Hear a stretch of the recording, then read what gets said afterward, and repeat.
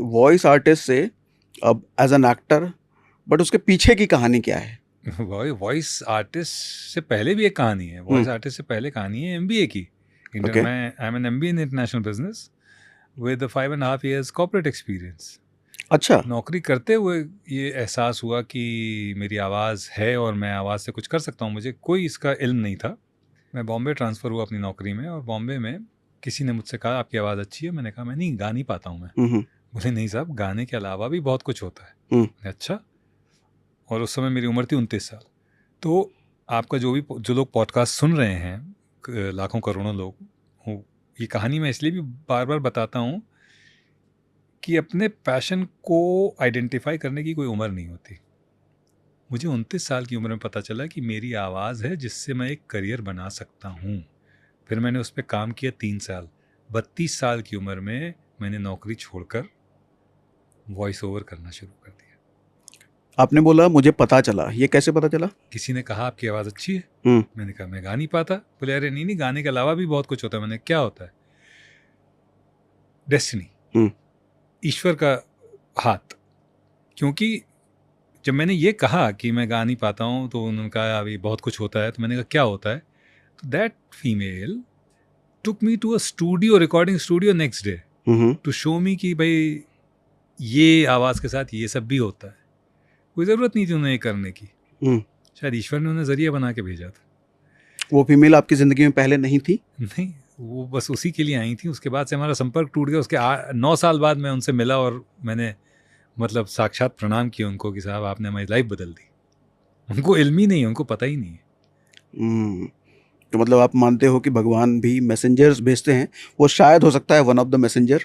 अरे बिल्कुल, मैं तो ईश्वर और ईश्वरी शक्ति में बहुत विश्वास रखता हूँ। हम्म।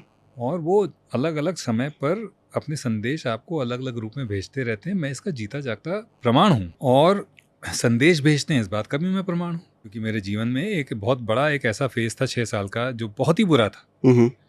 जहाँ पर उन्होंने कई बार रास्ता दिखाने की कोशिश करी और मैंने नहीं देखा। हम्म। और फिर उन्होंने मुझे एक बहुत बड़ा झटका दिया, थैंकफुली। वो फेज के बारे में हम डिटेल में जान सकते हैं, हाँ बिल्कुल, बिगनिंग से? ज़रूर। मैं कानपुर का रहने वाला हूँ, कानपुर में पला बड़ा। बचपन से ही ख्वाहिश थी फौज में जाने की। ख्वाहिश थी, रास्ता नहीं पता था। हम्म।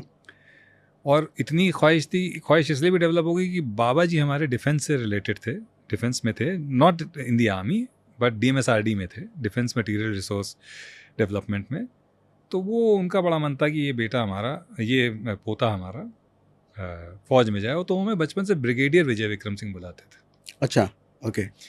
तो जब बचपन से दिमाग में बैठा रहा कि फ़ौज में जाएंगे, फ़ौज में जाएंगे, फ़ौज में जाएंगे, और वो लाइफ भी मुझे बड़ी अट्रैक्ट करती थी। हम्म। लेकिन उसकी तैयारी कैसे करनी है, मुझे लगा it's all about the exterior. Hmm. तो फिटनेस पे और खेल कूद में मेरा बड़ा रुझान था। हम्म। ये नहीं सोचा कभी कि इसका ज़रिया क्या हो सकता है। ज़रिया होता है सैनिक स्कूल, ज़रूर एक ज़रिया था, जहाँ मैंने कोशिश करी जब मैं 6 या 7 में था। नहीं हुआ सैनिक स्कूल में एडमिशन मेरा। पर उसके बाद दूसरा जो रास्ता है वो है या तो एनडीए या आई में। तो ये मैंने कभी नहीं सोचा कि एनडीए में मुझे एडमिशन लेना है, फ़ौज में जाना है, का इतना मन है, तो मुझे मेरी मैथमेटिक्स अच्छी होनी चाहिए।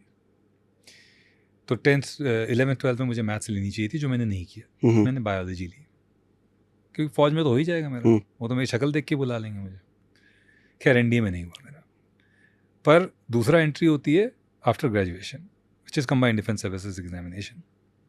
मैंने सीडीएस लिखा, मेरा सिलेक्शन हो गया। और आर्मी का जो इंटरव्यू होता है वो 5 दिन का प्रोसेस होता है, उसको कहते हैं एसएसबी, सर्विसेज सिलेक्शन बोर्ड। पहली एसएसबी कॉल आई 1999 में बैंगलोर, और तब मेरे दिमाग में था बस अब बन गए, वहाँ जाएंगे और कोई बड़ी बात नहीं, वो वहीं पर मुझे कह दें कि हाँ। मतलब इस तरह का पागलपन, इस तरह का। ये कॉन्फिडेंस होने की वजह क्या थी? ये कॉन्फिडेंस होने की वजह थी बेवकूफ़ी। अच्छा। कभी कभी इग्नोरेंस जो है ना, वो आपके अंदर एक गलत तरह का कॉन्फिडेंस भर देता है। तो वो इग्नोरेंस था और कुछ नहीं थी। मतलब इग्नोरेंस किस तरह की? प्रैक्टिस के लिए? इग्नोरेंस की हर चीज़ एक प्रोसेस से हो, मतलब आप कहीं भी पहुंचते हैं एक प्रोसेस से होकर पहुंचते हैं। तो मैं एंड गोल देख रहा था, प्रोसेस को पर मैंने ध्यान ही नहीं दिया। ओके। ये प्रोसेस है भाई, मतलब क्या क्या चीज़ें तैयारी के लिए चाहिए खुद को प्रिपेयर करने के प्रिपेयर लिए, करने के वो लिए। सब अवॉइड करके जस्ट हाँ, उधर जाना है। उधर जाना है, वो लाइफ, वो ग्लैमर, हम्म, मेरे लिए ग्लैमर था, यूनिफॉर्म मेरे लिए बहुत बड़ा ग्लैमर था। हम्म, तो खैर पहुँचे, 5 दिन चला प्रोसेस, 5वें दिन रिजल्ट अनाउंस हुए और मेरा नाम नहीं था।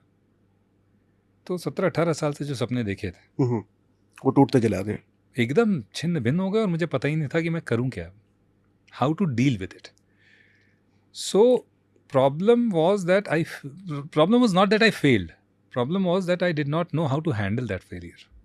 हम्म, और वो उसके बाद के 6 साल ने मुझे सिखाया कि लाइफ में आप कितना आगे जाएंगे ये इस बात पर निर्भर करता है कि आप अपने जीवन में असफलताओं को कितनी अच्छी तरह से लेते हैं।